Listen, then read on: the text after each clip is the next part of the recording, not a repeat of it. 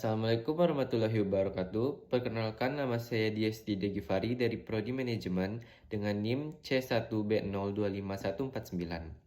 Di sini saya akan menjelaskan tentang problematika bahasa Indonesia saat ini.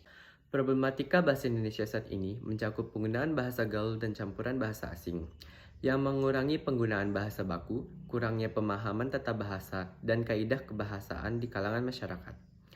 Masalah teknis seperti kesalahan penulisan dan penggunaan ejaan, serta tantangan dalam pengajaran dan penerimaan bahasa Indonesia oleh generasi muda.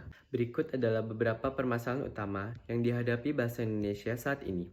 1. Penggunaan bahasa gaul dan campuran bahasa asing. Maraknya bahasa gaul di media sosial dan penggunaan kata-kata asing dalam komunikasi sehari-hari mengikis penggunaan bahasa Indonesia yang baku dan benar, terutama di kalangan remaja.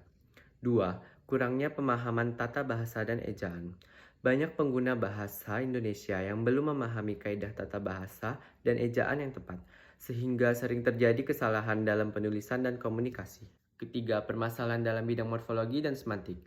Terdapat kesulitan dalam pembentukan kata baru, penyerapan unsur asing, hingga pemilihan kata yang tepat, sehingga komunikasi menjadi tidak efektif.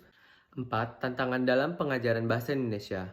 Pola pengajaran yang monoton dan sulit dipahami dapat membuat bahasa Indonesia menjadi kurang diminati generasi muda, serta menimbulkan kurangnya kesadaran akan penggunaan bahasa resmi. 5. Ketidakjelasan komunikasi. Penggunaan eufemisme yang berlebihan dapat membuat komunikasi menjadi tidak jelas atau ambigu.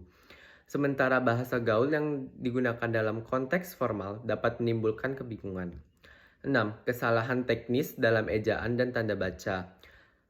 Kesalahan dalam penempatan tanda baca seperti tanda tanya dan tanda seru, serta kesalahan penulisan ejaan masih sering ditemukan dalam karya tulis.